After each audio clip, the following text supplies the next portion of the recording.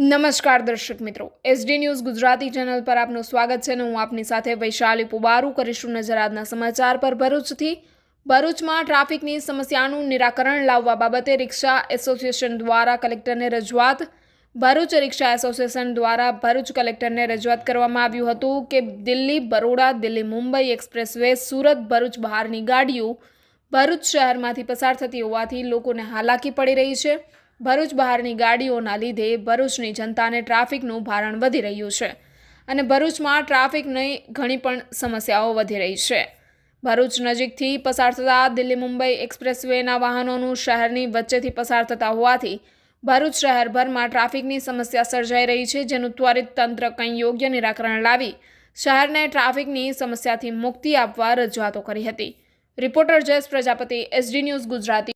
જય હિન્દ, જય ભારત।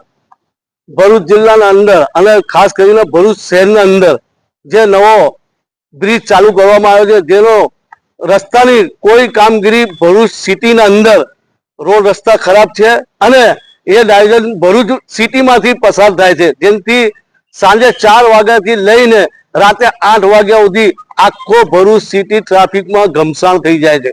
જેના સંદર્ભમાં અમે કલેક્ટર સાહેબને રજૂઆત રાખવામાં આવ્યા છે કે જે નવો બ્રિજ બન્યું છે એનો ડાયવર્ઝન હાઈવેથી આપો, ભરૂચ શહેરમાં ના આપો।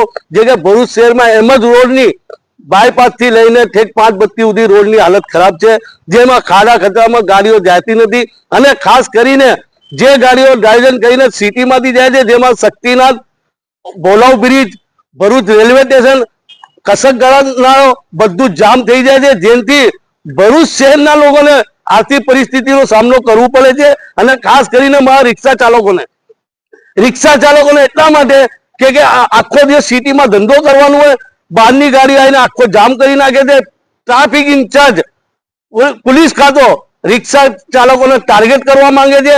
આ નો પાર્કિંગ છે, અહીંયા તમારો સ્ટેન્ડ નથી એટલે એમને દંડ કરવામાં આવે છે।